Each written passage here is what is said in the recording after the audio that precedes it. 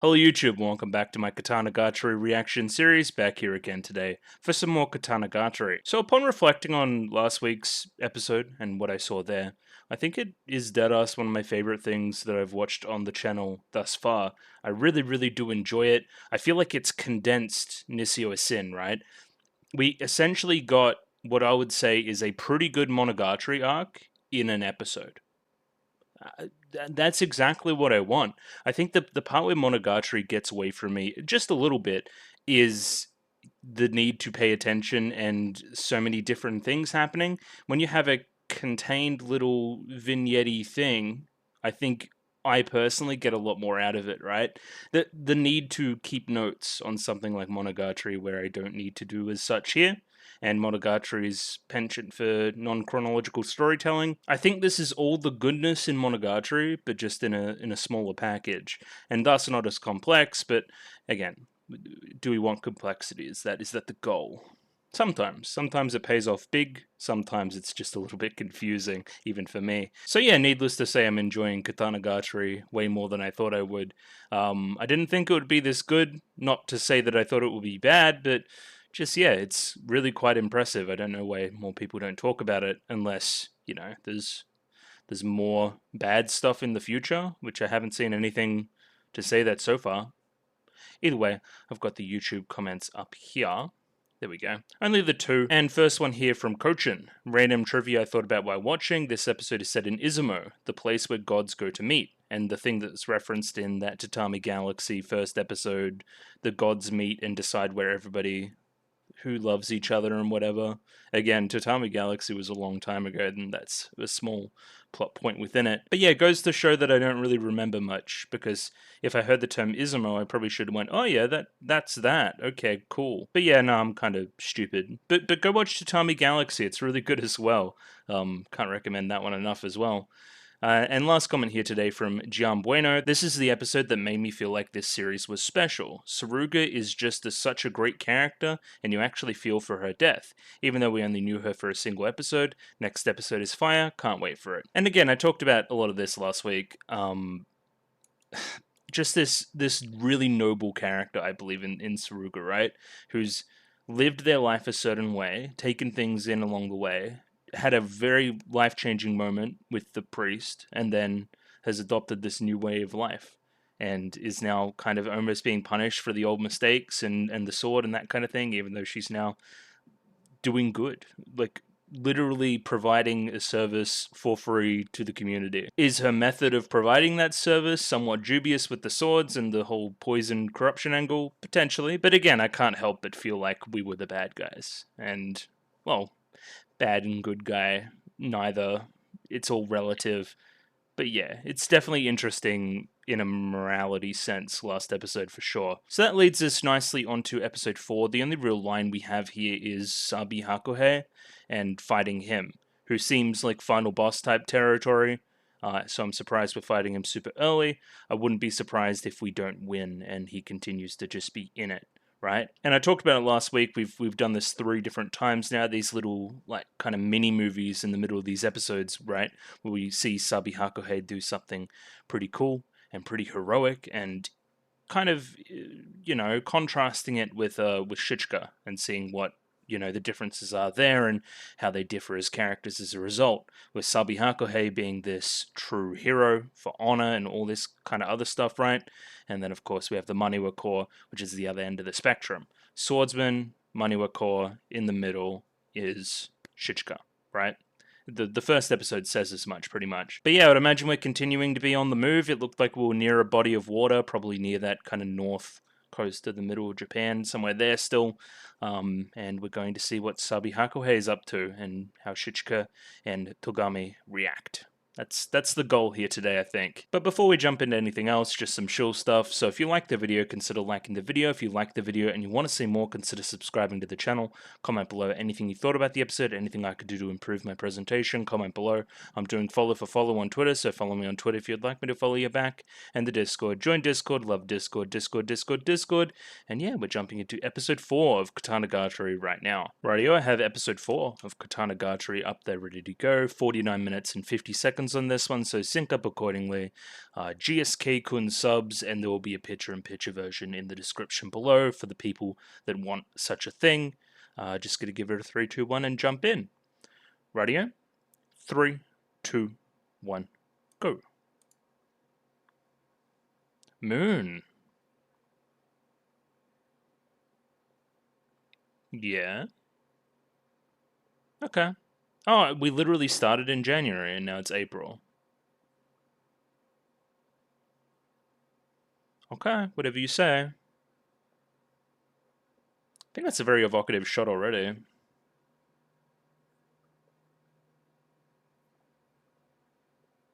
What about him?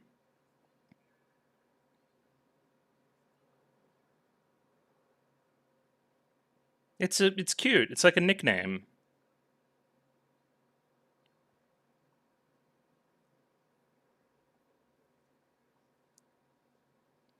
Oh my god. Rap god.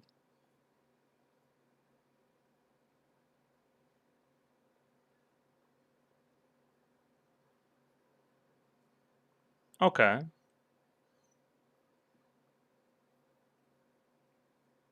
Where we going?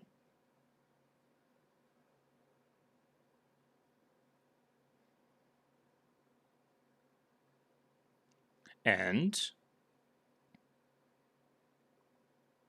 oh, he challenged us. Okay.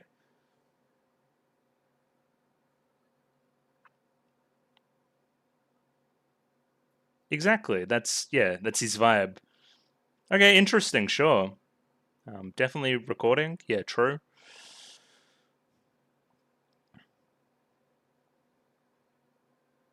Yeah, so she goes and meets these Shogunate messages solo, which is put a pin in it. Maybe. We'll see.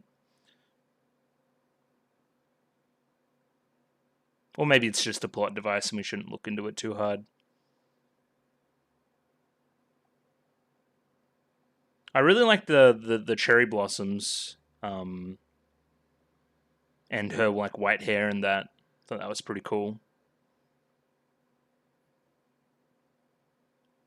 So now that I know what month it is, actually definitively, I probably knew already as well. But anyway, like, so it's spring, cherry blossoms, cool, makes sense. But now when we see them in the snow, I don't know if we've already seen it or it comes later.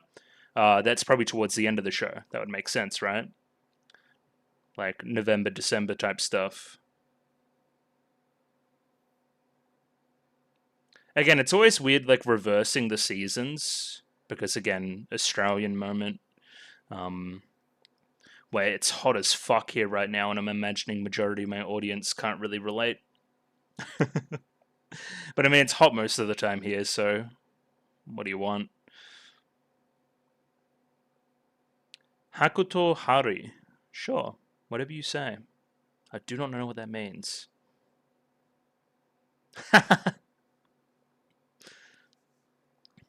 What can you read then? That was a very specific thing to say. Oh, not the voice.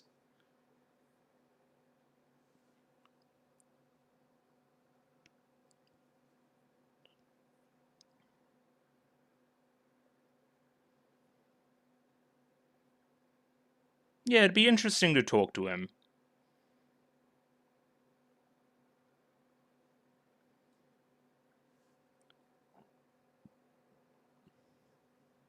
Okay, sure.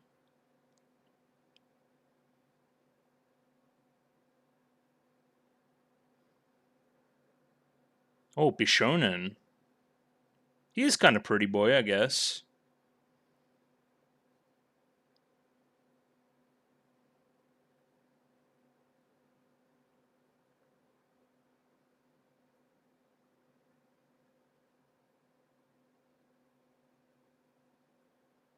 He probably knows.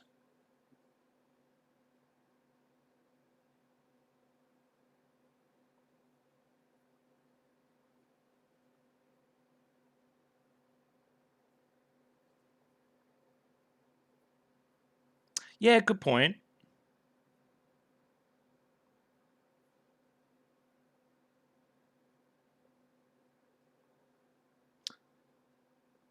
I don't know.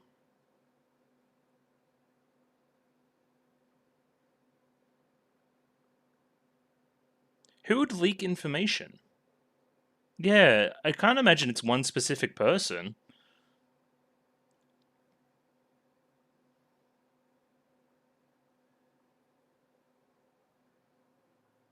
Hmm.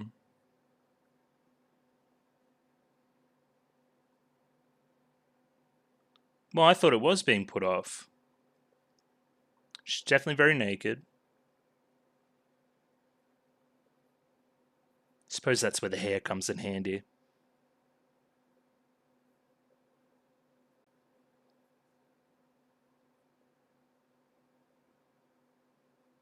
Hmm. It's more about the man. Okay.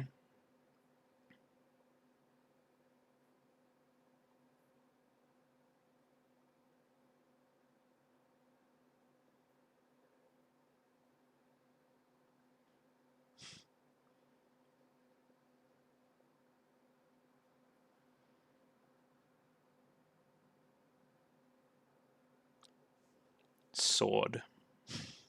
The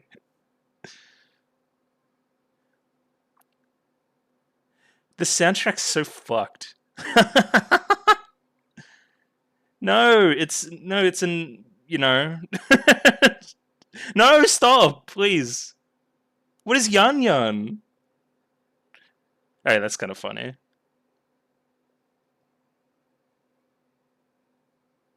It's a nasty ass scene.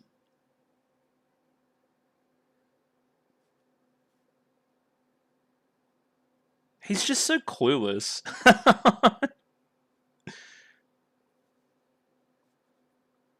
Yeah, it does. Are you motivated by such a thing?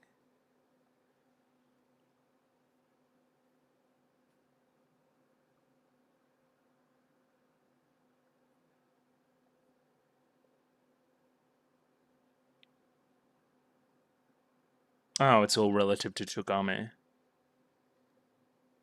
It's pretty tight too.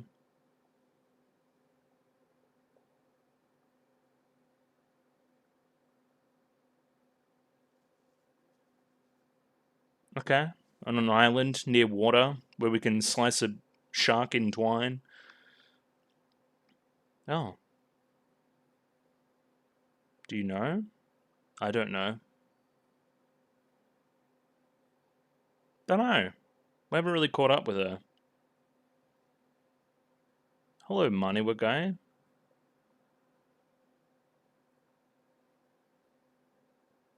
Oh, there's two?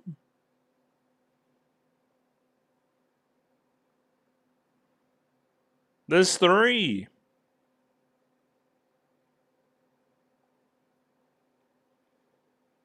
He most certainly was.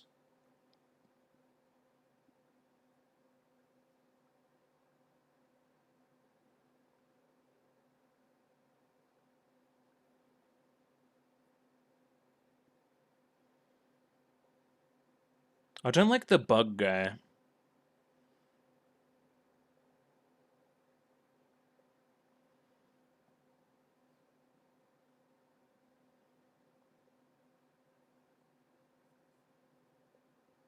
I don't think she cares.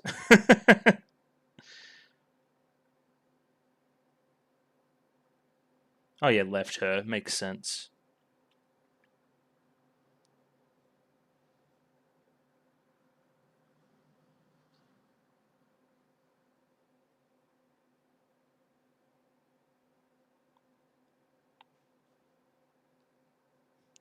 Oh, they're all bug dorks.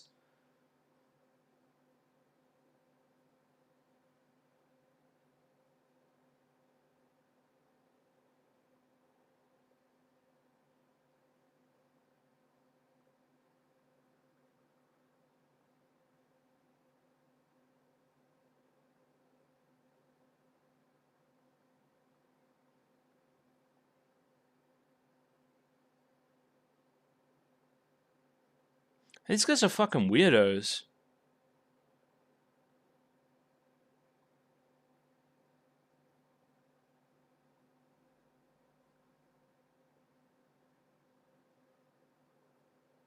dried? Oh, I thought they were in a boat.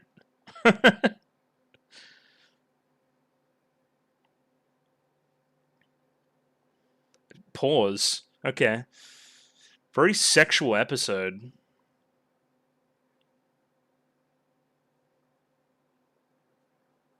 Okay, I know the first two. I'm not sure about the praying mantis one.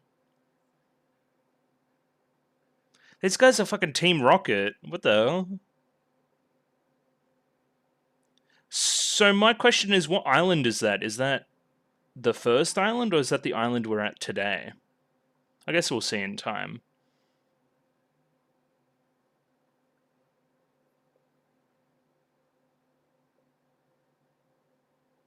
Hmm.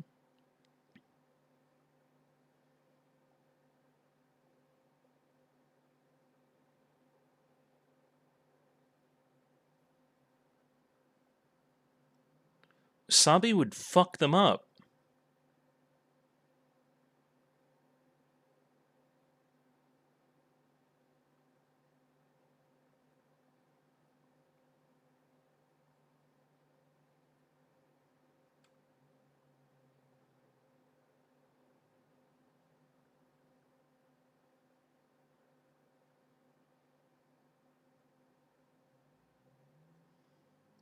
Okay, so this is the first island.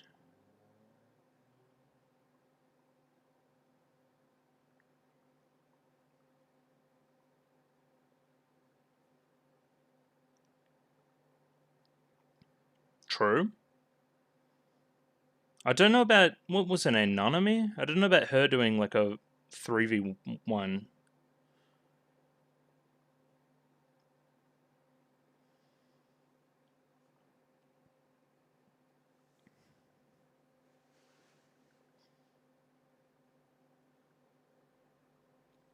What does that mean? Does it mean that she's actually strong?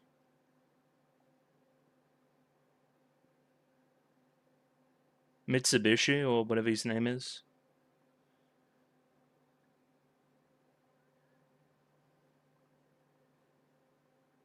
Ooh, red crystal.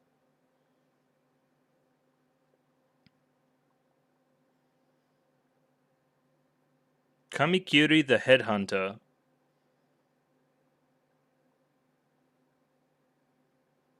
Oh, he's kind of cool. Okay, let's see it.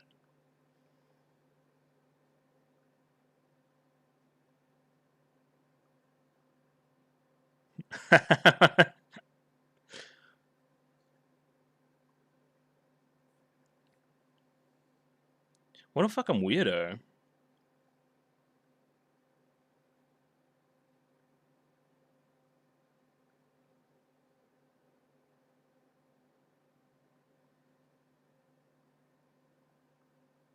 She looks kind of yummy. Yeah, what have we got?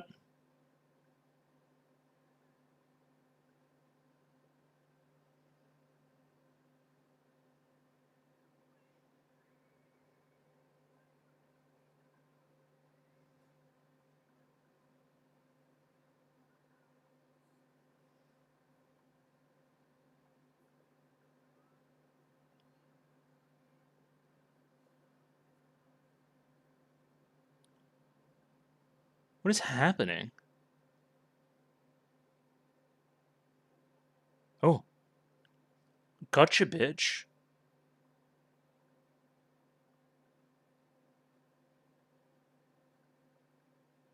Okay, I don't know what happened, but she won. Oh shit. What the fuck?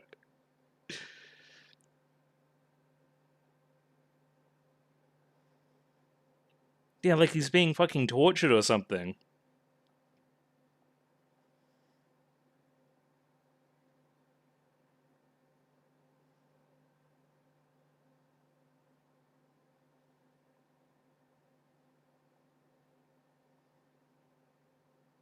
Yeah, I member.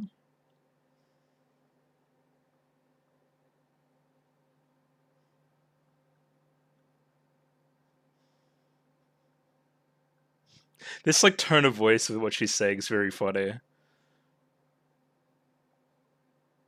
How you die?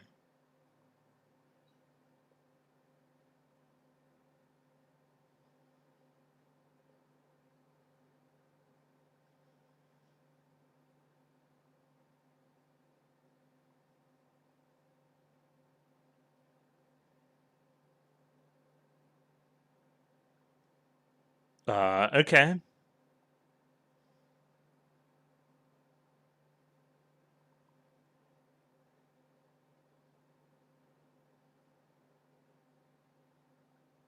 Oh, similar to the other two.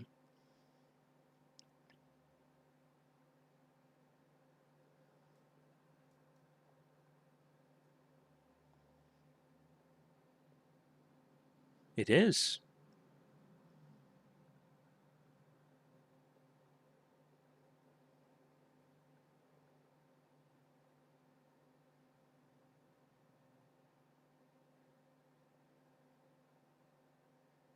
It sounds like they're doing about one a month.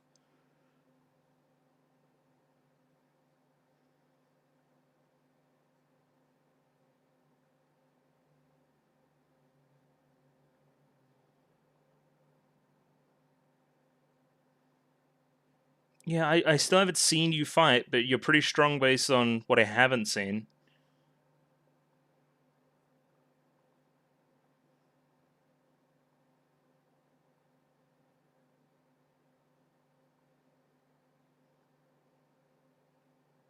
Petrinia?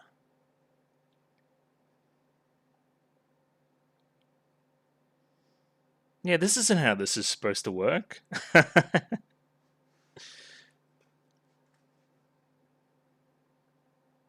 it's, it's two more besides me.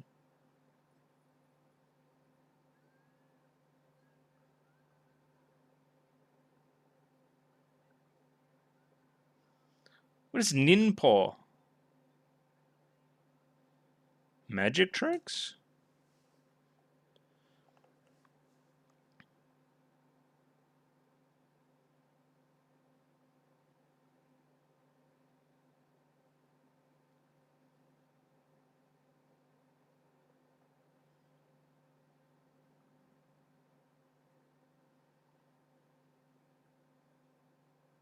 Oh shit.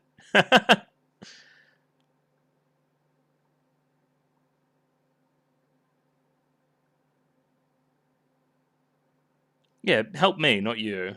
You're fucked.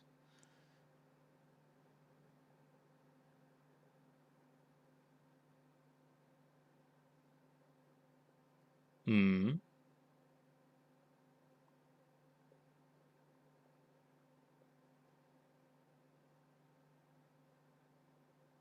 Ugh. Oh.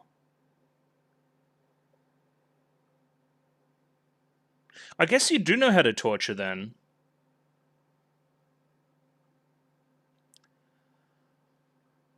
If that's what you call child discipline, then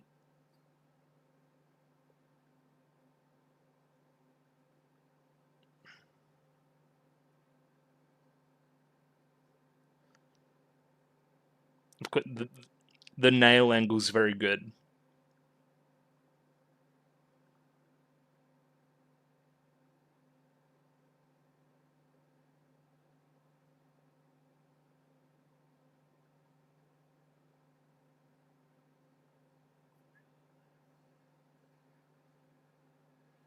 Oh.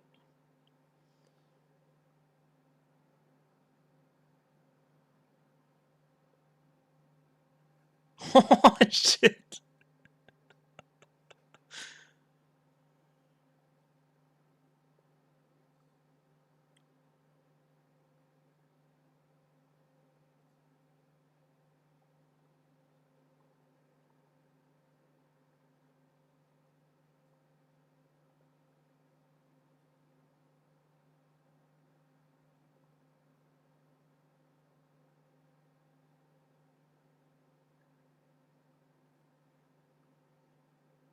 This is insane.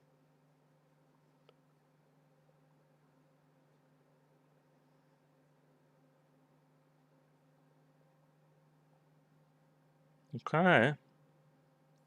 But what about... Why is it not possible?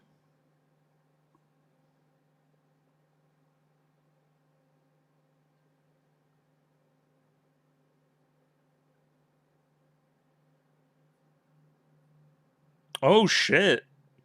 You'd be too strong.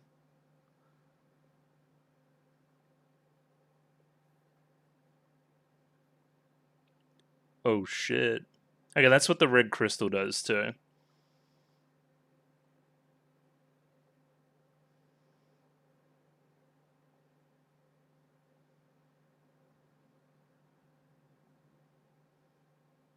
Okay.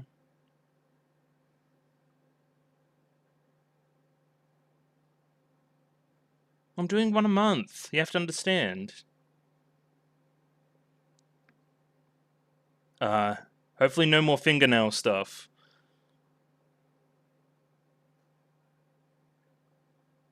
And she beat my ass.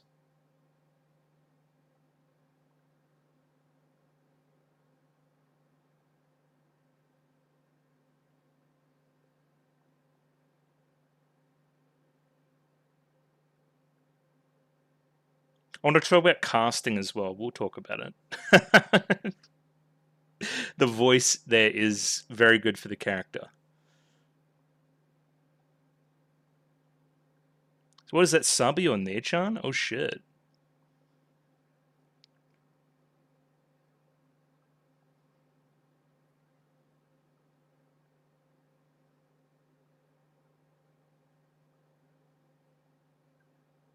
A murderer in a ninja outfit.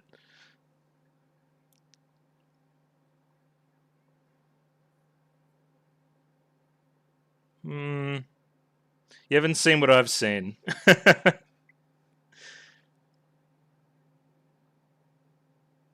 Keep telling yourself that.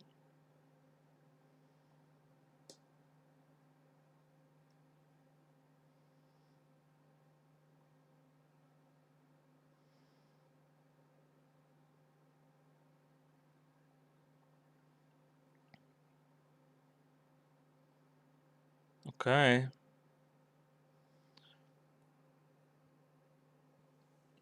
Okay, butterfly boy.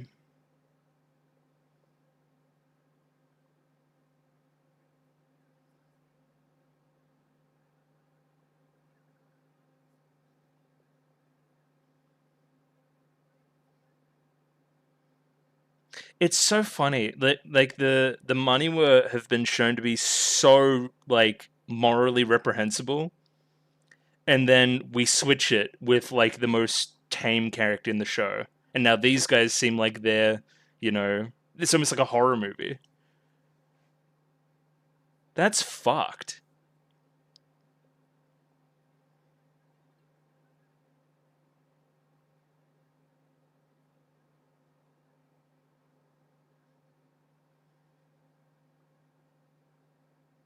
Oh, thief with a heart of gold.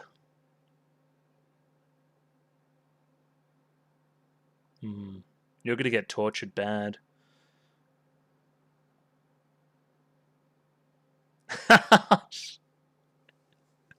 Oh no.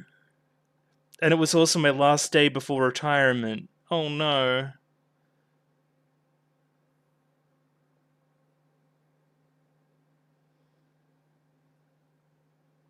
I'm gonna get married to you, big boy.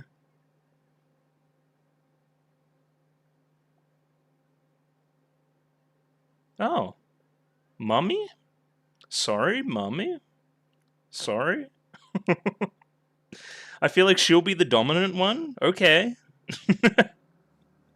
Alright, that's a nice setup for later, I guess.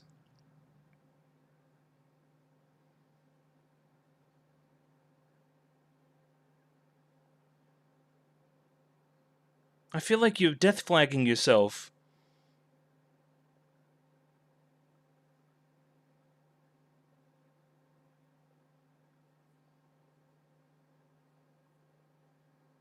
Shinobi desu.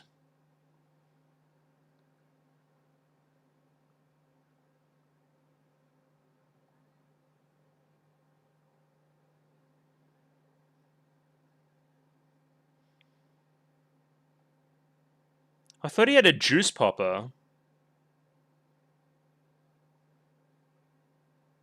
See, I made self-improvement as well.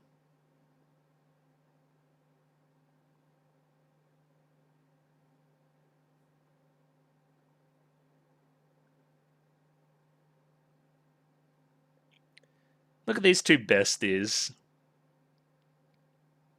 They're really dragging it on, too. I love it.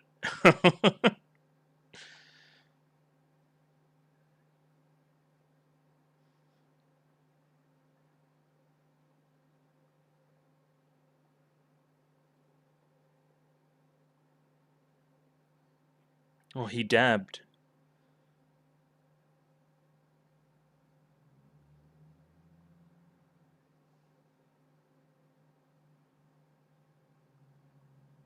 By left breast pocket, do you mean like inside my shirt?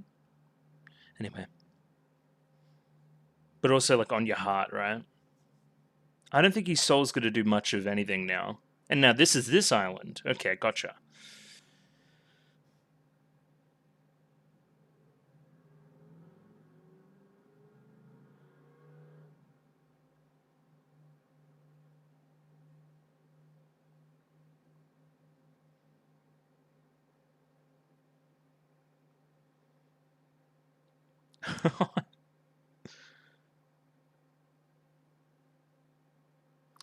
So Chorchor must mean butterfly. Which I've heard the term before, but I didn't really, you know.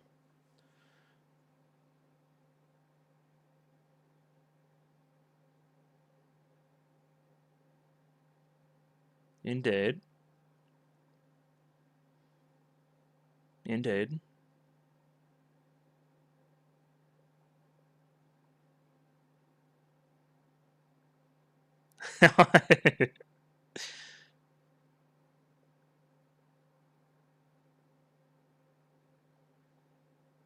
Kamakiri dono.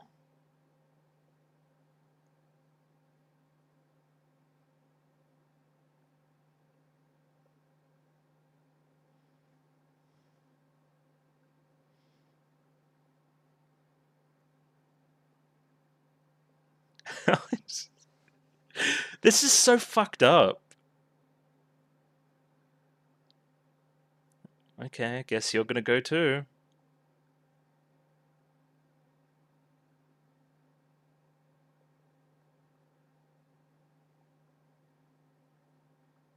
Yeah, we brought that up from early in the episode too, like going easy on women.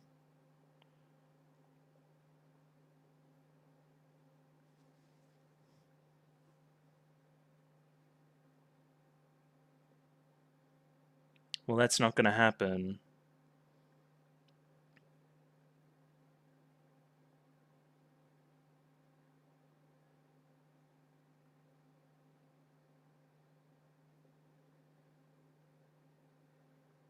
Okay. Okay. I don't know what a Kempo is, but sure.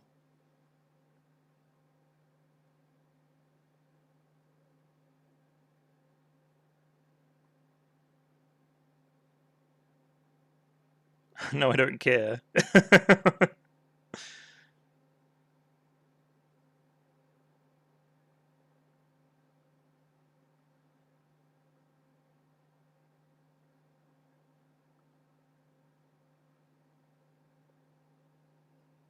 Oh,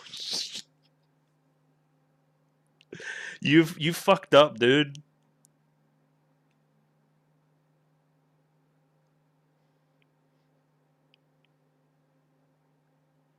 A deviant.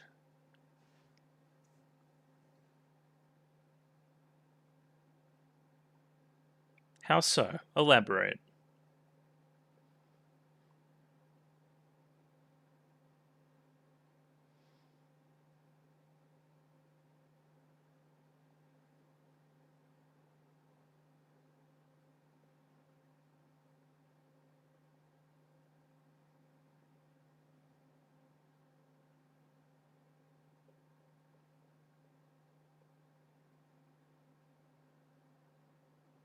Okay, fig tree.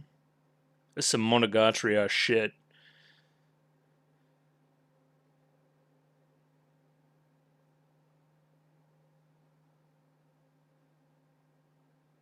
Okay. Scary girl is walking towards me. Creepypasta girl.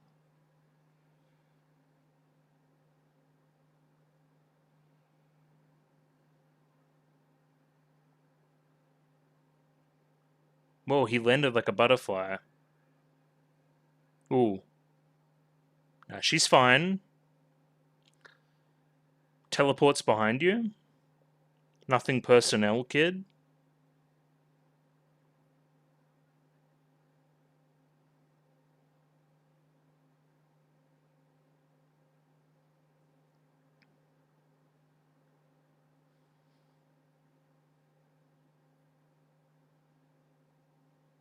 Okay.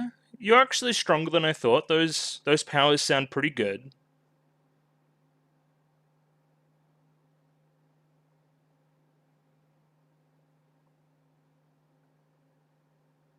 Yeah.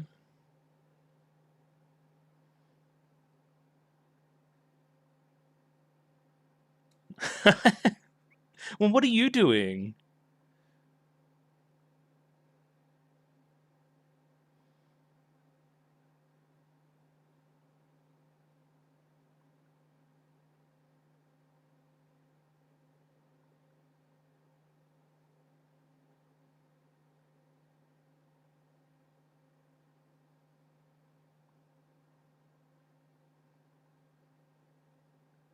True.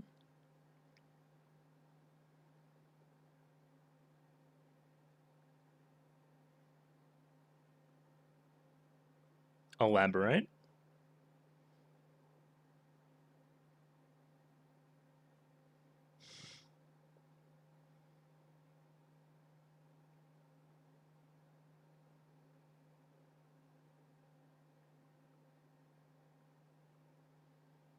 That was the one where he had the claws, right? Yep. And I ended it in a second.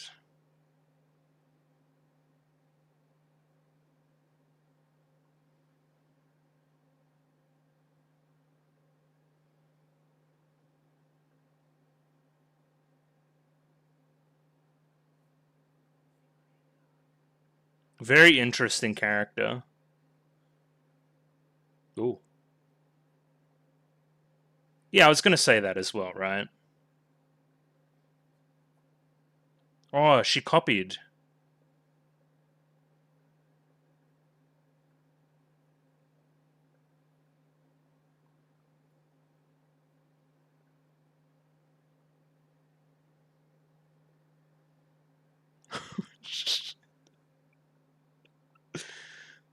Okay. Yeah, that's another one gone. I put my fist through his heart. Yeah, exactly. So both times so far, she's been like stealing techniques.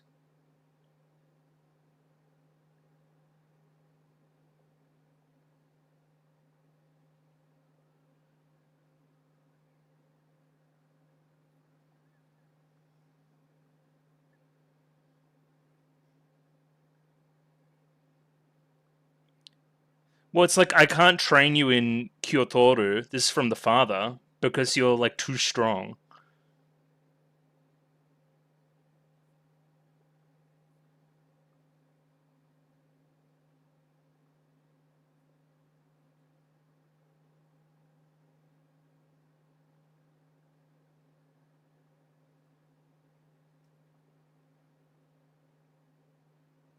Yeah.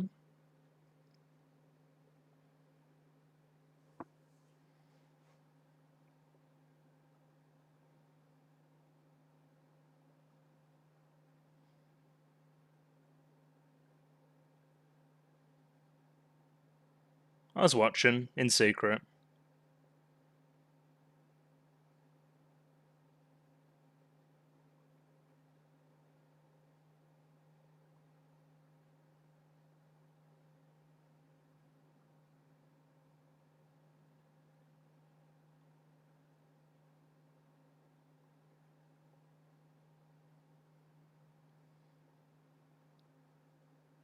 Do not reveal your technique.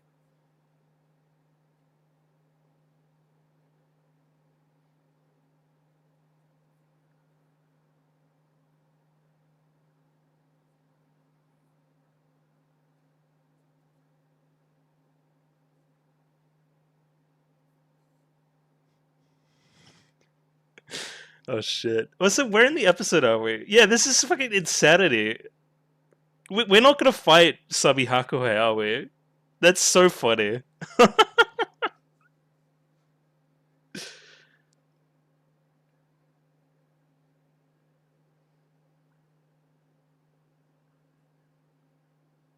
I think he may be getting trolled.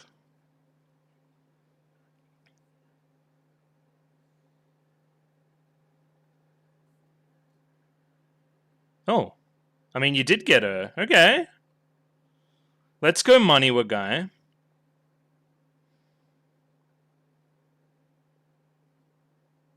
Dude, it's Mitsubishi. He's back. Okay, what does the sting do? Is it poison? Are you still acting? I don't know, she's too scary.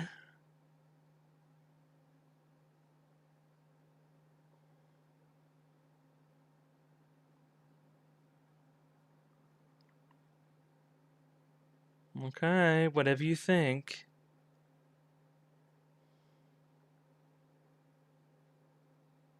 Alright, how are we getting out of this one? Let's go Nanami. Fuck him up.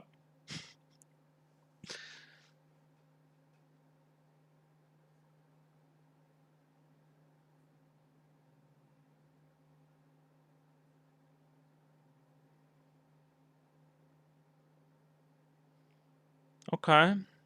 We want the swords, but also vengeance.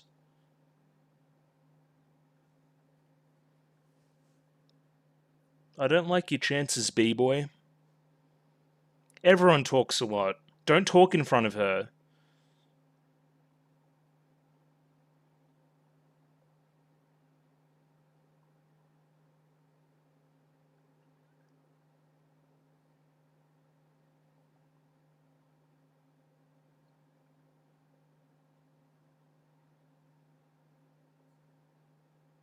Okay, show me your technique. Yeah. This has happened a couple of times now. Ah, yes, I'll tell you what my technique is called. I may shoot you with a bee sting. I think you got trolled. Oh no. Ah!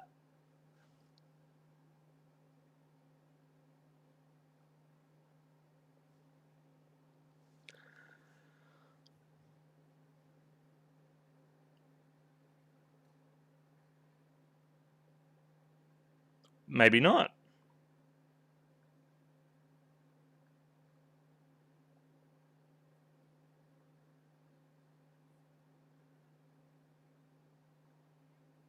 Oh my god.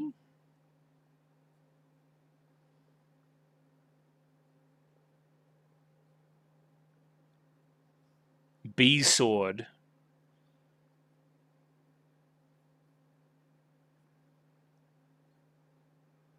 I don't believe that she's dying. I don't believe you.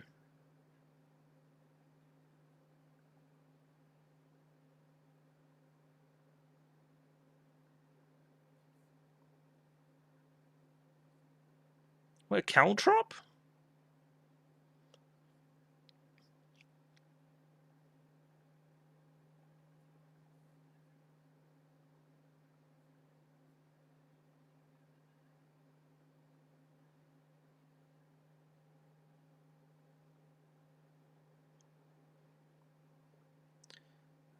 Yeah, that's what I'm querying. But they're poisonous. How can you act?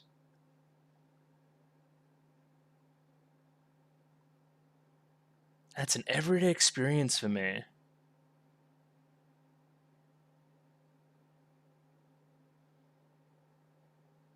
Okay. She's the fucking Terminator. What?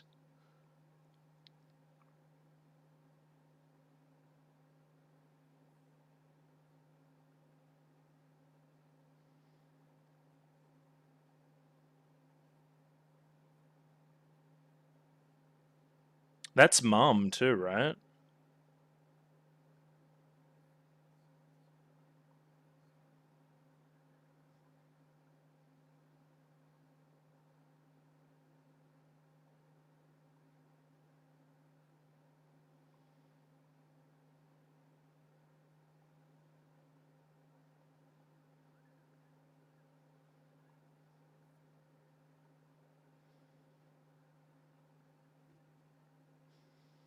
You don't. She's built different, bro.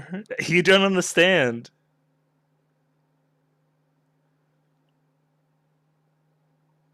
Another poison? Oh, well, that's lethal.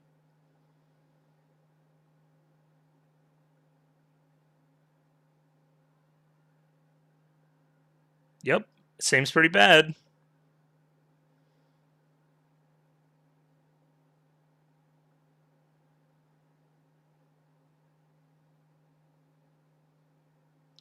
They're one and the same according to the show.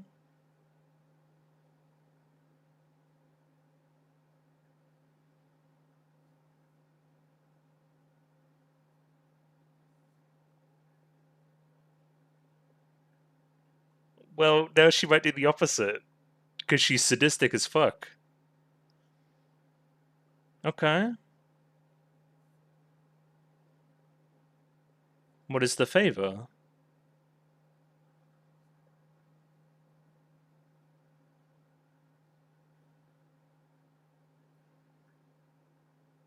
Okay. Oh, the smokes! They came back. It's a setup for a payoff.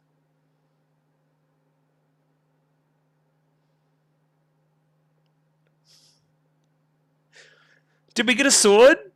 What do you mean?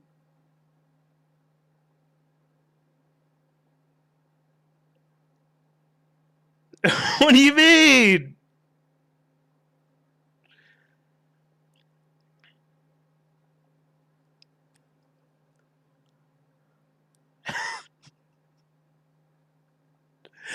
What do you mean?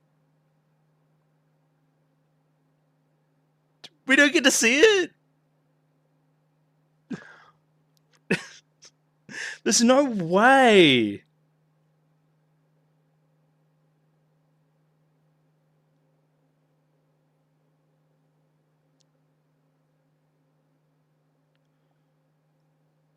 Yeah?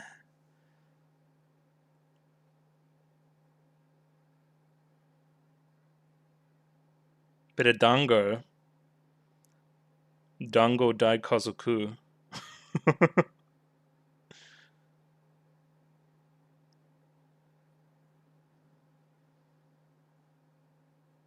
What are you guys even talking about, man? This sounds so cool.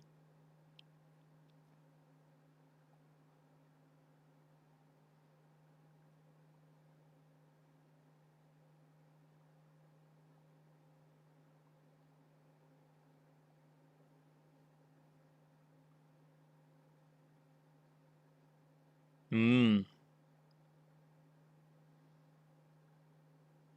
Okay, so he will come back. He will return in an endgame.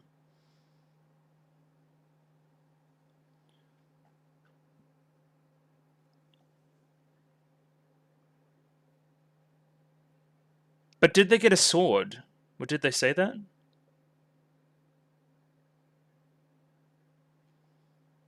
Indeed.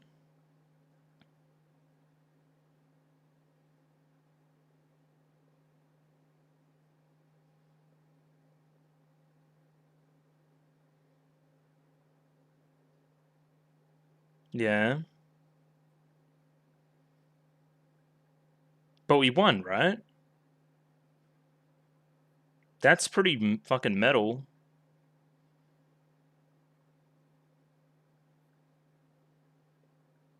Yeah, there you go. We got the sword.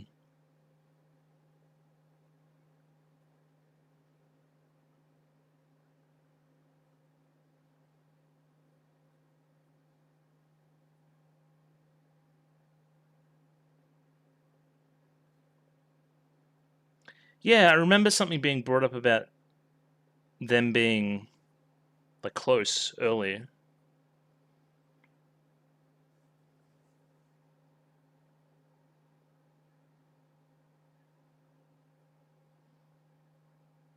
Yeah.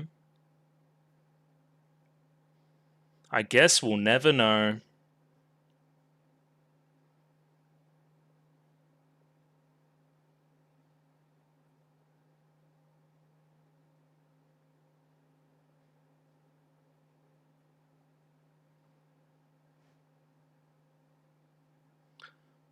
Kind of. We're not even halfway yet. Yep.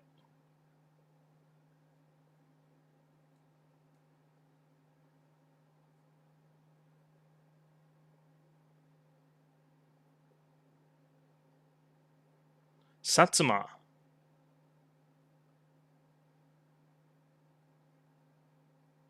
Oh, pirates! We love pirates. How much do you guys want to eat?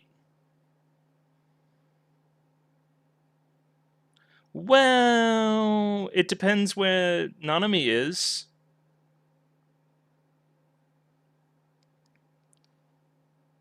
Well, now Nanami knows how to use a sword as well.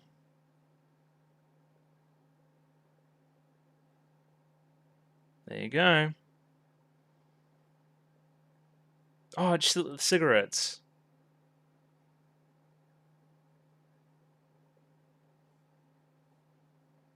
Indeed.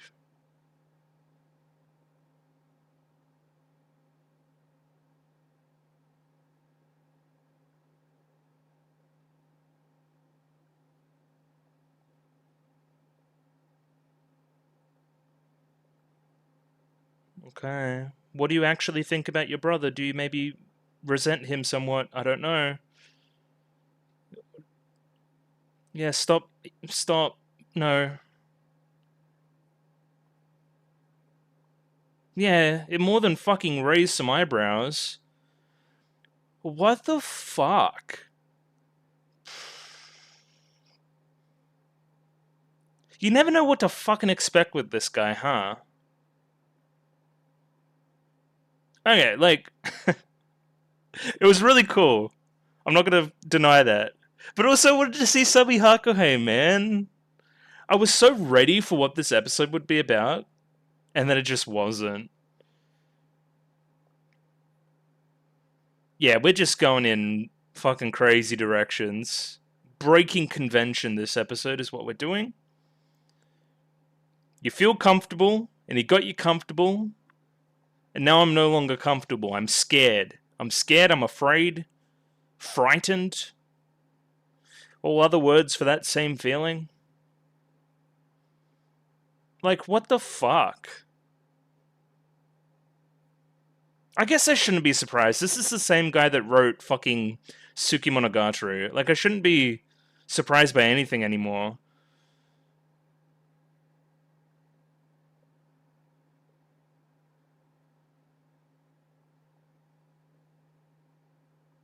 That's a very pretty ED as well. I like the song. It was very, had a very ominous tone to it. Almost like a villain song or something. Okay. How about next time on? I can't trust these anymore.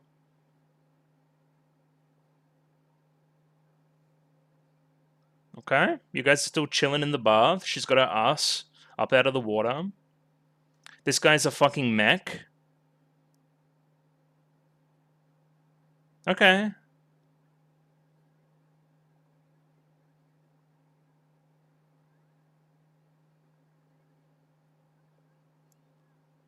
Cheerio indeed. Okay. Next step. I can't trust it though. I don't know what the fuck it will happen. Yeah, now we're gonna have another look at episode 4 of Katanagatari. Fuck me. Holy shit. Needless to say, what the fuck? I think I said that enough during the reaction. But yeah, what the fuck? So yeah, they got me hook, line, and sinker. They got me comfortable. Never be comfortable again. That's what I've learnt here today. I've done a small bit of research on some of the terms here. A few of them are pretty obvious, so I'd imagine all the names of the Maniwa guys this episode are all based on the insect or bug they represent. I've got something here. So the episode is called, what is this? It's like Hakutohari, something like that. Yeah, Hakutohari, cool. And then I've looked up, so there's some really weird kanji for Hakuto. I couldn't find anything specific for the word. I just searched straight up the kanji. It said no words match these kanji. And then it said, okay, so it's two different kanji, right?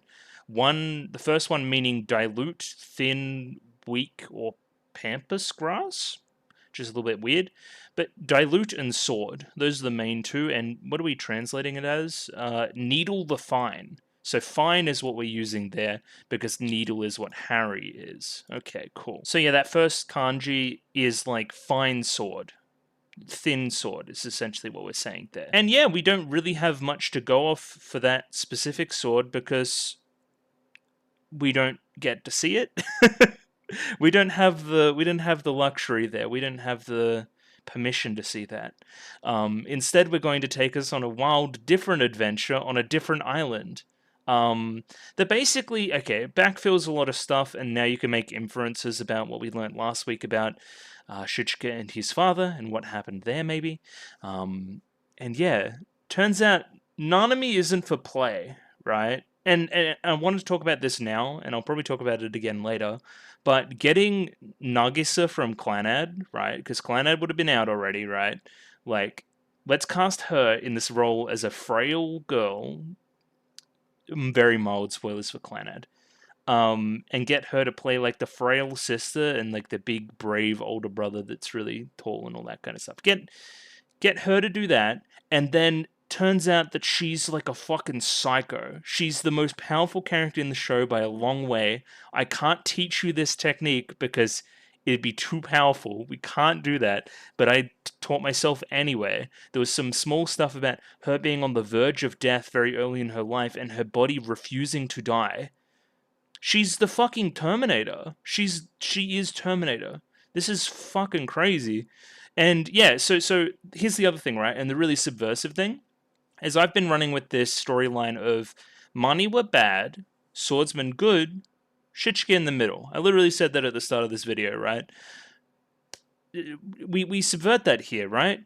Now we have another like member of the Kyotoru clan family, whatever, right?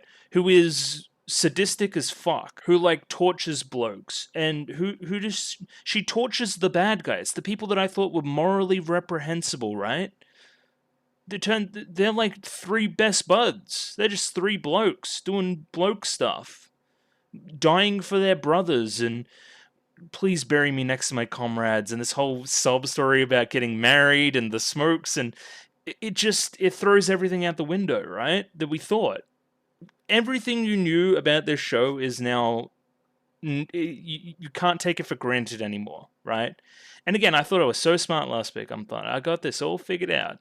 I don't have shit figured out, and that's again what I learned here today. Unfortunately, the episode isn't very multifaceted, I would say. The main gimmick of the episode is figuring out what the fuck is going on with Nanami. And as soon as you have it figured out, the rest of the content of the episode kind of just dissipates, right? Like, what do we make of those first scenes in the episode with Shichika and Togame, right? There was some stuff about hair, there was some stuff about specifically protecting women, which is now very interesting in context, specifically having no qualms about hurting women, especially with his, like, weak sister. Of course he has no qualms, right? He's been brought up in isolation with a girl being the strongest person by far, right? Stronger than everybody else he's seen so far by a mile. Even Sabi Hakuhe, who is being set up as a final boss type figure, who is essentially dead. I think he's dead. I think we implied that he was on the verge of death. We didn't see him die. He could still come back, but we stole his sword. And if he does come back, who gives a fuck? Because Nanami's around and she might fuck him up.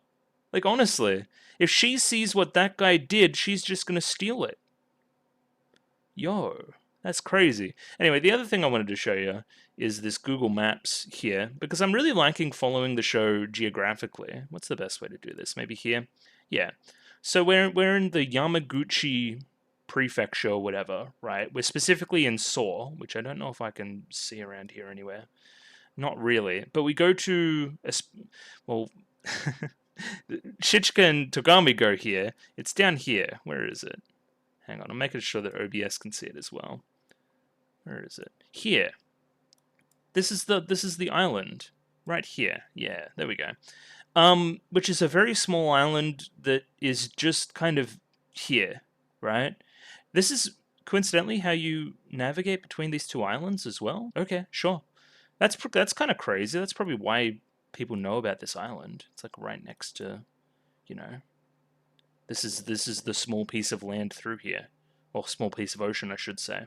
Anyway, so yeah, following the geography is kind of fun because we were up here earlier, and now we've kind of went past Hiroshima and down into here. I don't know, it's kind of fun. But I guess I should get this up here and have another look, shall we? Again, I don't know how fast this is going to be because, you know, I don't think there's much content beyond the reveals, you know. But we'll see what we can see. I guess the other thing I'll talk about is that we disrupt, is I was saying like one money we're called guy a month as well.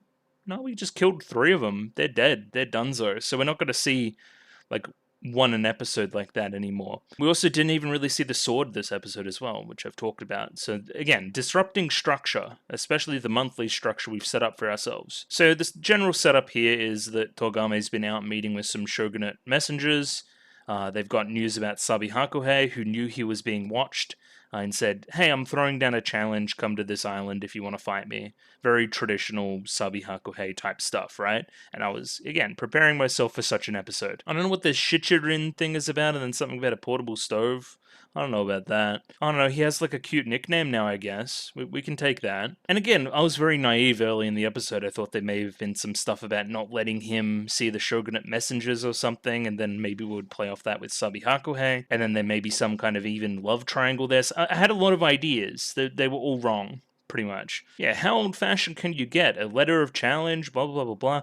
This episode in particular is very well directed, I would say. Even this sequence just through here was quite good. The first person there, and then, you know, just kind of following the character, and that really slow-mo shot where she's like yelling at him, and there's like a bunch of facial changes. Just some cute stuff here. So yeah, I'm struggling to see what Hakuto Hari means in context with any of the Nanami stuff. So I do not know. But yeah, I mean, I see it with that's like the sword that Sabi Hakuhei has, but whatever. So I queried this in the moment as well. I can't read Japanese hiragana. Again, my understanding of the language of Japanese is that, you know, there's hiragana, right?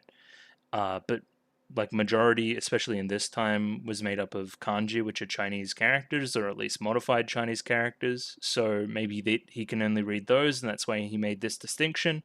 Again, I would need some more help there. I like the little voice that Togame puts on for Sabi Hakuhei. I think that's very cool. Like she's like acting like his like cool self and that kind of thing. It's very funny that this whole first segment is quite disposable now, right?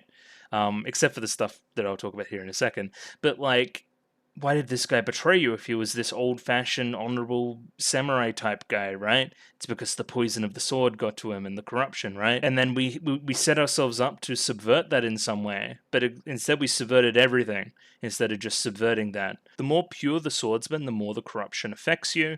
He's a man who lost much of his humanity after devoting too much of himself to swordsmanship. Again, we just don't get to see this. We've brought up twice something about cutting the sun in half, something about cutting the moon in half. We start here with the moon, and then at the end of the episode we say the sun. It's a little bit funny. This is where we start to get a little bit interesting. So Togame gets undressed here, but that's not the interesting part, unless you're like into that. But the more interesting part is how Shichika reacts, right? So again, we've talked about men and swords being conflated, seeing a scantily clad female figure. I don't know how to say it without sounding like a pervert. And again, no reaction out of Shichika, right? So if we take our metaphor further, he's a swordless sword. He's a man without all the stuff that comes with being a man, right? What was the potentially childlike setup that caused this reaction? Maybe, I don't know, maybe something with the sister, something. He's never seen a woman that wasn't his sister. Put it that way, right? Read into that what you will. I'll just say that. Yeah, Togame continuing to check on him as well. He doesn't seem to have any desire for women, probably because he grew up on that island, right? Again, conflating the Nanami stuff with what he's like now. And again, that aspect of him is probably why he was able to kill our third foe, Suruga Meisai, so easily, right? He didn't have any pause in hurting a woman. And again, last episode, this was shocking to me, right? This was like, he like literally put his hand through her heart, blood on, like looking into his hand being like, shit, like, I just did that, and then was fine straight afterwards. He's been fighting with Nanami since early age, right? She's sadistic. Of course this was the environment he was brought up in, man. Okay, this is now making a whole lot of sense. And this is in contrast to, again, this very traditional protective Japanese swordsman type that would never do such a thing, right? And again, casting this into question, why has this man, this sword, fallen for me if he has no interest in women, right? And no qualms in killing women? What about me did this? I'm beginning to ask myself the same question. It'll be interesting to see what conclusion we come to. There's a slight storyline here about linking information, which I don't think will go anywhere, so I'm just going to drop it. Togami's like, I wanted to put the fight off between you and Sabi Hakuhei further, but if he's put then this challenge, then, let's put our focus into making a best effort and that kind of thing.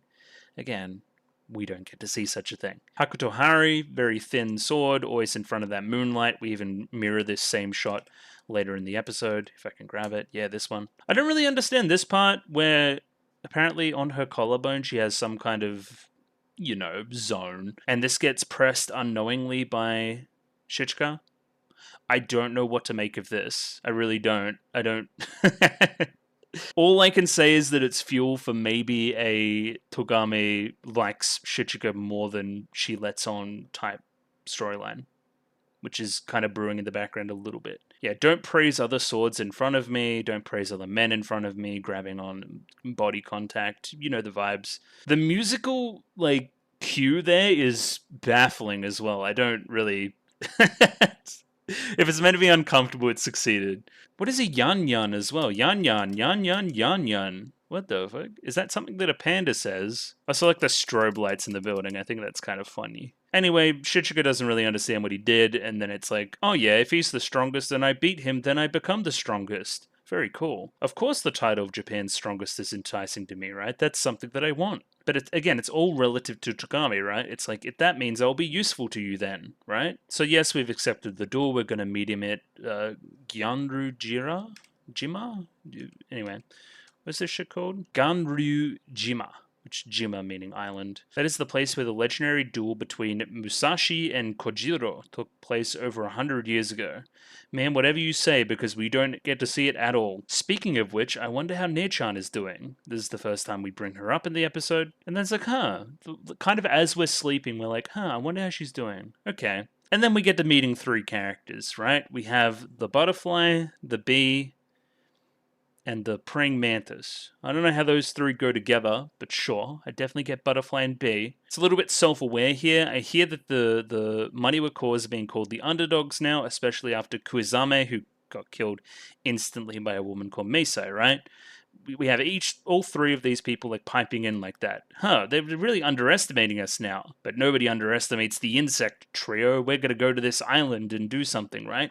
And I think purposely in the episode, we just brought up Ganru Jima, or whatever, that island that they're going to go fight at, that being Shichika and Sabi Hakuhei, and then we bring up a different island, the one that Nanami is on, right? That's why we have that Nanami cue going into this scene, so it's in the head. I like the camera swaying here, makes you think they're in a boat before we see what's actually going on, which is kind of funny. These 3 specifically bring up Togami here as well. She must be laughing at us, right? The moment in particular that we left her, we started to go downhill. She must be laughing at that prospect. So these guys basically have a plan, right? The plan is, okay, let's not concern ourselves with Togame. Togame is nothing. Let's focus on the sword. The sword is Kyotoru, right? I think the plan here is to steal Nanami, right, who is weak older sister, and then use her as a bargaining chip, sorry. Use her to get to Kyotoru, implying again that they're a regular family. And that's the person that will make Kyotoru not be Kyotoru anymore. It's not really what happens, but it's kind of what happens. You get her involved in the story in that way. Now, speaking of setups, right? See how this guy's gliding along the water? And there's no boats around this exile island that Shichika and Nanami grew up on, right? Now she can escape. Now she has the means to do so with this gravity power that the butterfly guy has. Interesting. There's also a quick line said here, which is don't underestimate the young, which is, again, what all 3 of these people do in the end. So there's Chocho, the weightless. He's gliding on the water carrying the other 2. As we learn later in the episode, his powers all center around gravity pretty much, right? He can carry as much as he wants, and he can fly as much as he wants, and he can manipulate gravity to serve his needs and that kind of thing. It's pretty strong power. Riding you is a strange feeling no matter how many times I do it is a very strange sentence as well. So fly like a butterfly, sting like a bee, consume like a praying mantis. Let's proceed on this island with our little plan. So we see that, right? And again, they go to an island. We haven't seen the other island yet, the Ganru island or whatever. And I'm like, that looks a lot like the intro island. Weird. Okay. Your idea to pretend to be traveling performers was a great idea. Are we only really bringing up this idea of pretending as well because of the, again, rest of the episode, which is all about subverting expectation? Yeah, I suppose we can use this act from time to time, similar to how Nanami used such an act as well. I was thinking last night that if, Sabi Hakuhei heard about our swords, they may have intercepted a similar message and gone to fight Sabi Hakuhei as well. And again, so we connect in our minds, we're like, shit, okay, so they went to an island. We don't know the island yet. They could just be on this Sabi Hakuhei island, right? And then we pan over to this shot of the island, right? Ready? Here, right? And I'm like, I definitely recognize that island. And then they're like, this is the island where Komori-san was killed. And I'm like, oh, it is? Okay, weird. I guess I should bring it up here as well. Nishio Sin loves playing with perspective, right? So from our perspective in the first episode, Komori was just like the most evil guy ever.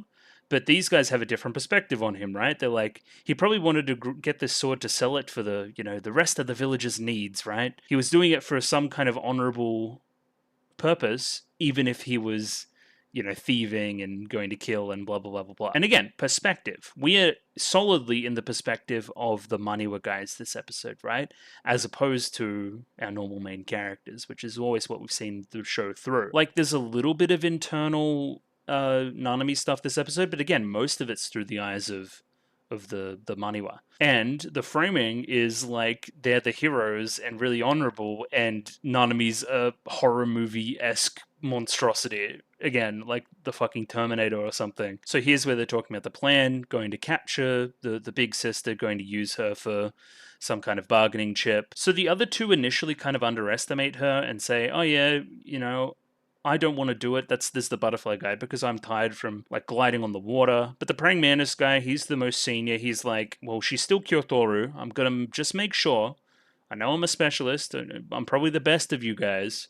Let's go and figure it out. We set up the idea of the red crystal. The red crystal will shatter if he ever dies. If anything goes wrong, I want you two to complete the task instead. It's not something I would expect Kamakiri the headhunter to say. And look, they're all bros and laughing and yucking it up. Kamakiri, he looks like the cool dad of the group. Lucky I went alone. Chocho aside, that young Mitsubashi would have probably fell for her.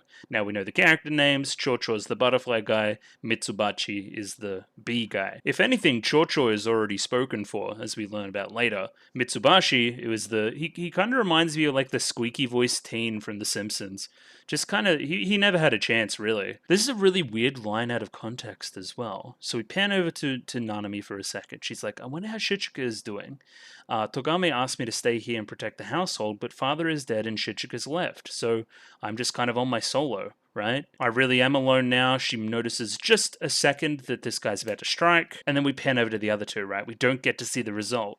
And this is the first red flag. This is the first time you're like, okay, if they're not showing us that, it must be something surprising, right? Kamakiri Dono sure is late. There's some complaint about cheating here, which is interesting. Yeah, you just cheated. The music is swelling. There's fast cuts between the other fight that we see just moments of, and then this. Right? This flower in the sea of other flowers and her sinking, right? And then we wake up and she's gonna be scary for the rest of the episode, so buckle in. There's no point in trying to commit suicide. I removed your poison molar while you were sleeping. The poison molar also comes back later.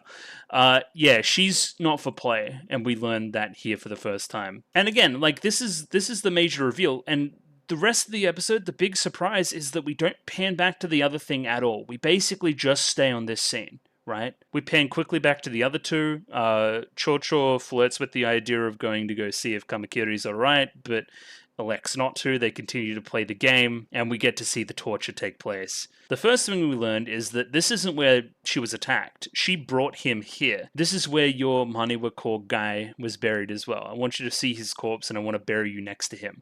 This is a I'm stronger than my brother. My brother killed this guy. You're next. This is where I'm going to bury you. This is how I'm going to try to get information out of you. And the voice here is killer. Again, I've already talked about it, but just, I thought it was the frail girl archetype character, and it wasn't. And now, again, the voice is taking on a little bit of an ironic spin and becomes very scary. That she's very in control of herself, right? This isn't the way she speaks for, because it's the way she speaks. It's the way she speaks for a reason.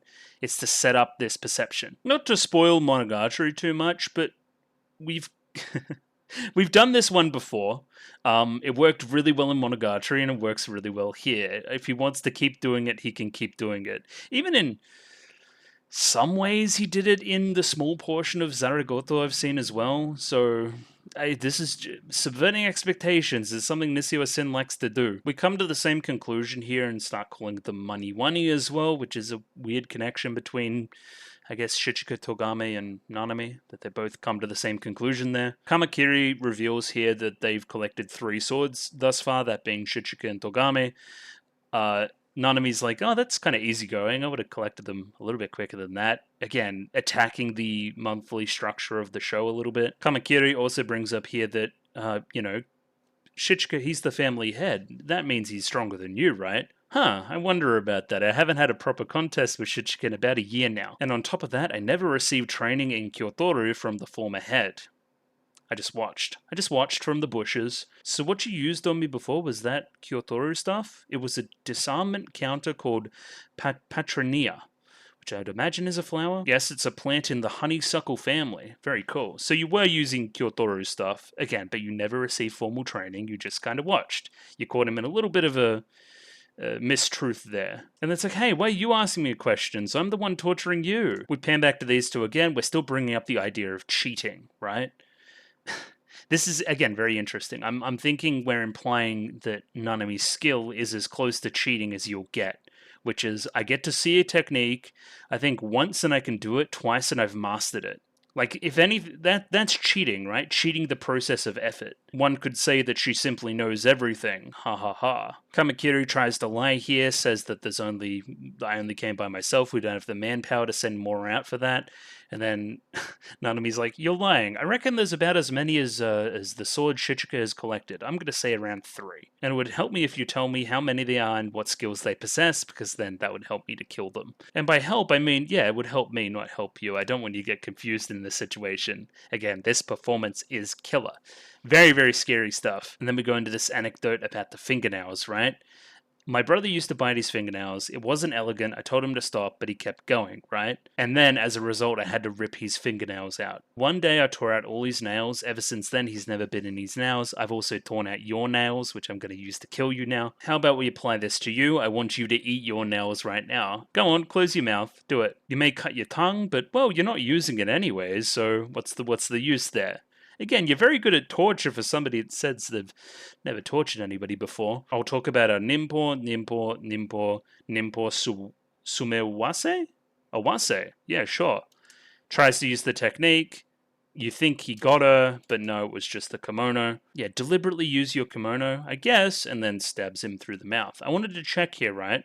Okay, so now she's seen the technique be used twice, so she's mastered it, right? But she definitely uses the ones that she had already to stab him through the head, right? And looking at those eyes, right? Those eyes of, like, I'm dying and I'm fearful and I'm scared for my life, right? Those are the same eyes my father had when he told me that I wasn't going to be the head of the clan, right? Fear of death. What the fuck? That's kind of crazy, no? So you would think that this would be your very stereotypical, like, foregoing the older sister for the younger brother because of, patriarchy reasons, blah, blah, blah, blah, permeates through many cultures around the world. No, we kind of subvert. You would be too scary if you had the power. You would be too strong. So we're not going to do that. Forgive me, Nanami, I really wanted to have you succeed as the head of the Kyotoru, but that is not possible. Understand that the impossible is impossible. Not because you are a woman or because of your weak body, Nanami, but because I am unable to raise someone as exceptionally powerful as you. You've basically already exceeded me. And you're like, what, is she like 7 in this like image? Like, huh? What? Like, you're already the master. And again, using the shot here, right? So see his eye, then see Kamakiri's eye. Mirroring this at the same time, we see the crystal shatter, and this sends panic through the other two. Nanami then by herself, I didn't really get much information out of him, but at least I know that, Shichika's only got 2 swords, or now 3. That's pretty slow going, though. When you come back, I'll have to discipline you. Which does not sound good. I would not like that. No, siree. We pan back to Shichika here in a scene that I forgot existed. I've only ever fought with Nia-chan once. Looks like a draw. Sorry, with my body, I can only go for so long. Let's contrast the two. That's Nanami. She looks pretty fine. No scratches, no nothing. Then Shichika here, right?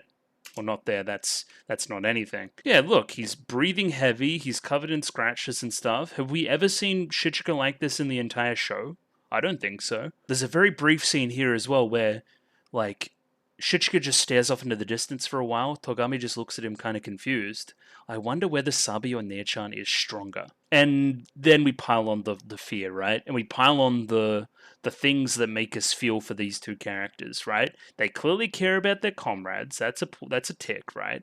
This guy's like got a wife back home and he's going to get married and live happily ever after. That's another tick. They're both kind of selfless as well. They both want to go ahead and save the other one and blah, blah, blah, blah. Another tick. We have the whole cigarette subplot as well, which is just piling on the pain. Like, these guys are fucked. And we now know that they're fucked, right? So Kamakiri was one of the strongest of us and he just died. These red crystals aren't a certain thing. It might just be lying, right? Yeah, we have this like horror movie framing. The music, the panicked voices of the characters, this reassurance that they're going to be okay when us, the audience, clearly knows that they're not going to be. And again, I just did not expect this from Nanami as a character at all. But which I guess is the point. Like these heroic speeches to one another, and like, oh, your ninpo is too direct. I'll use mine, which is covert. And then it's like, no, I have to do this for my brothers. Like literally, like, bro, we love playing with convention. This is like literally. So, imagine these guys are the heroes, right? In like any other kind of shonen show, yo, this would be I would totally root for this, right? And Nanami, who we thought was a good character, is bro. This is crazy. Like I don't intend to go in there and be beaten like a dog, but I want you to watch from afar and use your technique to, like literally almost sacrificing himself without saying it so he can get more information to use to actually kill her. We see Mami here, who's Oshidori-san, Manimo Oshidori. It's like bird something. I don't know. Dory sounds like a bird, but that's not. Tori is bird, right? Anyway, I don't know shit. Totori? Anyway, some weird shit's going on. She looks fucking crazy. Oh yeah, bird versus insect. Of course. Okay, sure. It should be the dominant one. She definitely does look like the dominant one, I'll say that. And again, as I've said, now we pile on the pain with the smoking storyline, right? I quit smoking for my wife, or my wife-to-be. The smell gets on you, It's like, well, don't smoke then, because you're going to come out of this alive. Maybe you can have one if you do come back alive, man. So I'll hold on to them for you. This being framed as like the final promise between these two characters, and one of the final things that you say, cementing your status as an honorable character versus Nanami, who's underhanded and Terminator-esque. We're also going to take each one half of this red crystal and put it on our hearts, right? So we'll always carry Kamakiri with us. If you exit this scene and don't root for these two characters, I don't think you've been paying attention. We see for a brief moment here, Shichika and Togami approach a very small island. That's where they're going to do the fight. We don't see them again, I don't think. We get into Cho confronting Nanami here, and very ominous. Even though this is a high-angle shot, right? Which normally invokes, like, I'm the predator, you're the prey. I can't help but feel like Nanami's super confident here. Bro, literally this face, right? This face, and bear with me here. Bro, it's the same face. They had to know, right? I think they had to know that this is where we know this voice actress from, and we're going to subvert that. They had to know. I think it's too perfect not to know. By the way, watch Clanad, it's good. And the tone of voice changing there upon learning that you're not going to get any more information out of this guy. You won't get any more information out of me that you wouldn't have got out of Kamakiri. So I'm going to unreservedly go all out against you because you killed Kamakiri. Bad idea, man. The idea of getting into stance here as well. I know exactly what you're going to do because of this stance. I resist the idea of getting into stance because I cheat. I don't need to do these stances that everybody else does, put all this effort into learning them because I cheat. I think that's what I'm seeing here. This is Maniwa Kempo, the Kyotoru founder Yasuri Kazune, and our founder fought long ago. Again, this really like amazing traditional era-spanning storyline, right? When you're just going to get murdered as fuck, right? Apparently our fight was a lot of fun, right? This will be a lot of fun, right? No, you're just going to get murdered, dog. Like, this isn't no triumphant samurai fucking historical battle crazy legacy thing. You're just going to get fucked up because she's a monster. Oh, bro, no, not the creepy smiles, too. This is where it gets too crazy. I'm a deviant as far as Kyotoru is concerned, right? I'm almost like counter to it. Yeah, stances are slow. Stances show me what you're about to do. Stances give me information. I don't need stances because I've progressed beyond them. If I had to give mine a name, it would be Kyotoru Zero Dance Fig Tree. Don't know what this means, but sure. Like, because a fig tree just stands still and doesn't really have a, like, stance, really? Anyway, she begins to walk slowly at him, walks up and fucking down smashes. Chocho tries to slide in and attack. We hit him with a Kyotoru Poppy, which actually misses because he, like, manipulates his gravity shit to make it happen. Maniwa Kempo, Maniwa Nimpo. So Kempo is the punch, Nimpo is the fucking... I get to manipulate gravity stuff. Float like a butterfly, get it? Sting like a bee? Yeah, his body was already afloat from the air pressure from the attack. The attack itself didn't actually hit. Because if it did hit, he would probably be bleeding out everywhere. But again, you've explained your entire technique to her, and now she's just going to copy it and fuck you up, pretty much. And then the B guy stood no chance, because now she had like 3 techniques, or 2 techniques that she was using, along with Kyotoru. I can't help but think this is subversive as well, right? Like, in these kind of action shows, a character that has the upper hand that continues to explain, just stand side by side and explain their technique to somebody, right? Don't explain your technique to her. She will use it and fuck you up. This is where we start to bring up the idea of effort. What astounds me isn't the technique itself, but the amount of effort you've put into learning it. I guess it took almost your entire life to learn, right? Kamakiri-san also had his Nimpo Sume Awase, right? Which I've already learnt. I'm quite jealous of that. I'm quite jealous of needing to put in that effort to learn something. I'm sure you of all people could never understand the feelings of someone who doesn't know what it feels like to make an effort. Again, just had it easy, just cheated the entire time.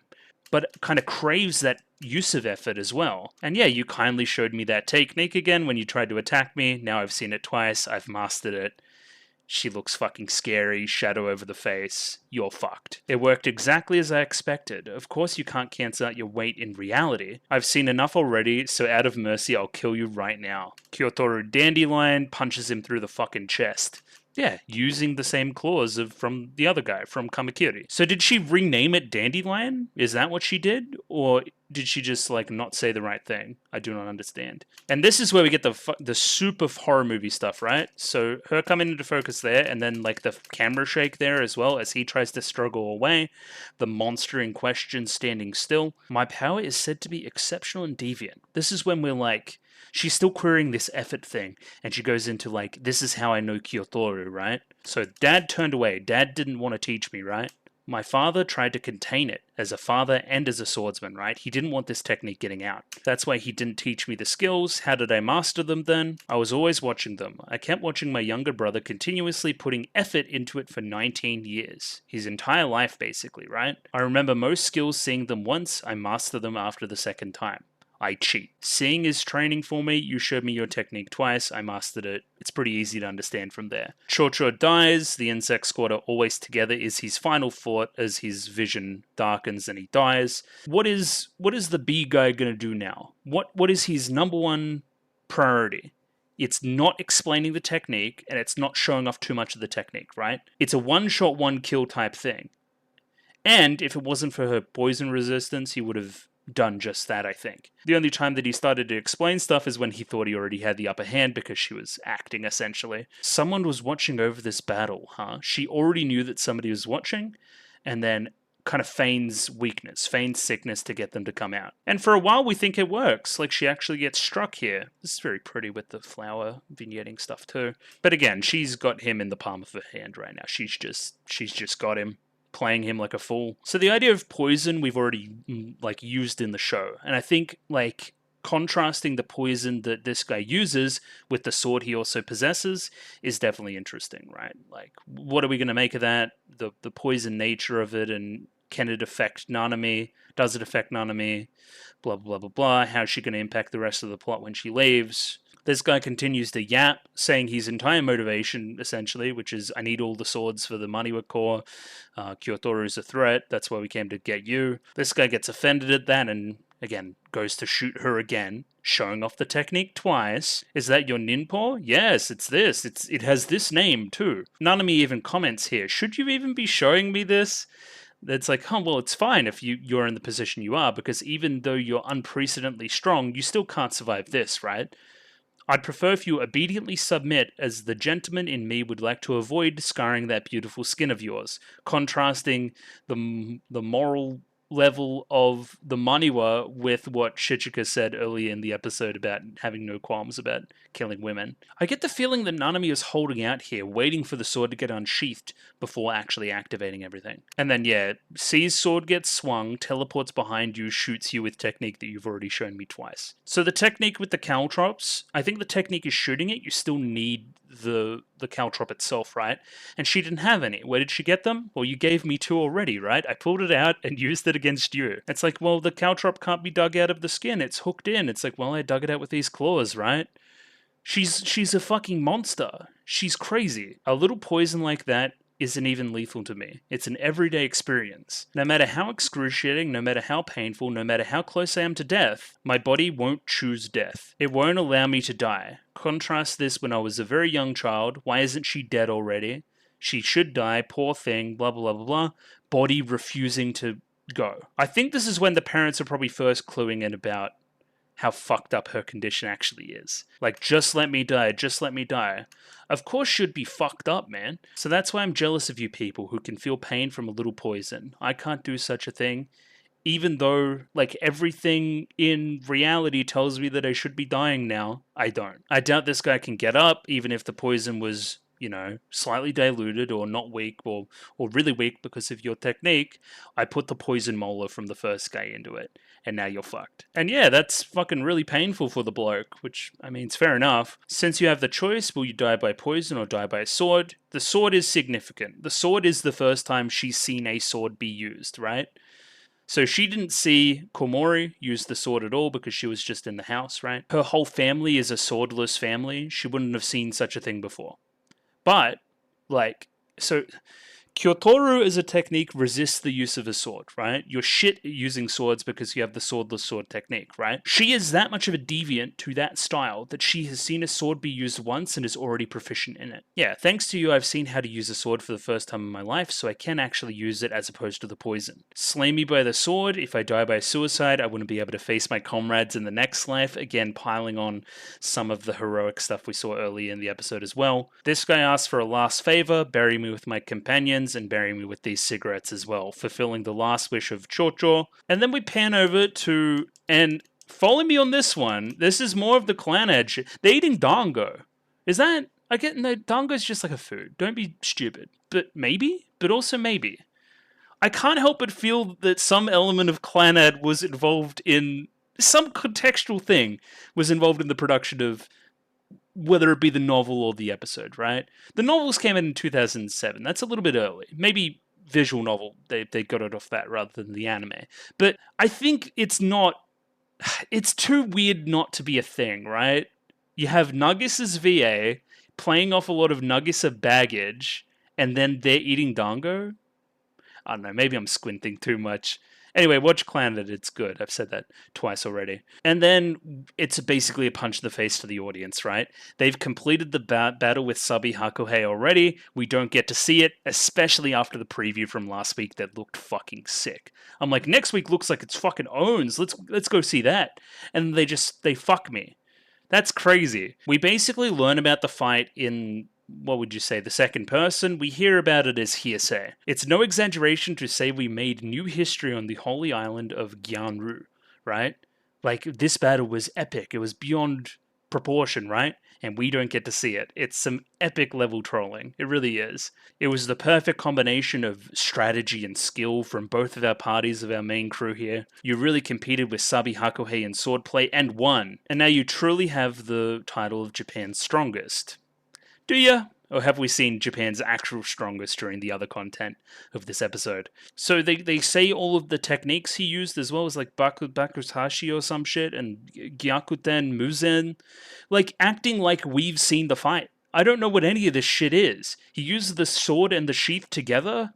What? What does that mean? It allowed him to change the length of his blade as well with some other technique, and we've really had to put our heads together to stop it. I kind of don't even want to say any more of this. It's just kind of insulting.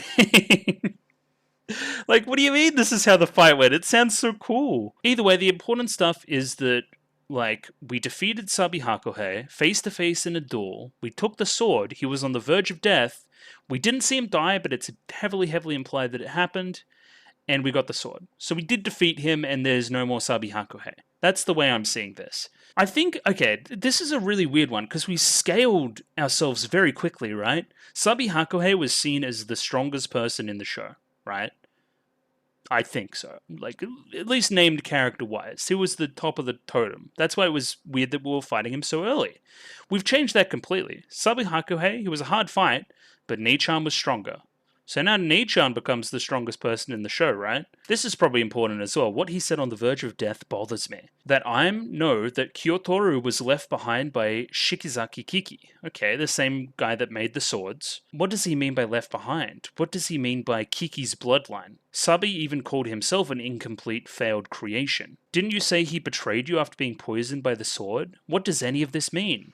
I don't know, I wish we saw it play out in real time. So again, if I haven't explained it fully, the subversive part of this is setting up this major battle between more than just the skill level of Shichika and Sabi Hakuhei, but also the ideals. It's been set up throughout the first 3 episodes to a T, perfectly, right? That this clash would reveal something and they would go into a Nisio Sin motivations into all of it, and it would be great. It would be fantastic. We just skip it. We don't get to see it. Right? That is crazy talk. We don't get to see it. Huh? That's the craziest part, right? Is that there's so much setup pointing to it and we don't get to see it. That's what makes it insane. Since we came all the way to Kyushu, let's collect another sword while we're on a roll. Okay.